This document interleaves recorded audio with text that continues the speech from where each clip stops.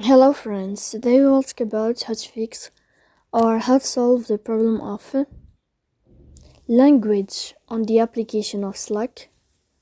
You will click on settings. In this page you can click on apps, default apps, app settings. On above you can search about Slack and you'll enter. Then you can click on first stop and you can click OK. After that you'll enter to the window of storage. Here you can click clear cache. Don't click clear data because that can delete your account or can cause you errors in your app.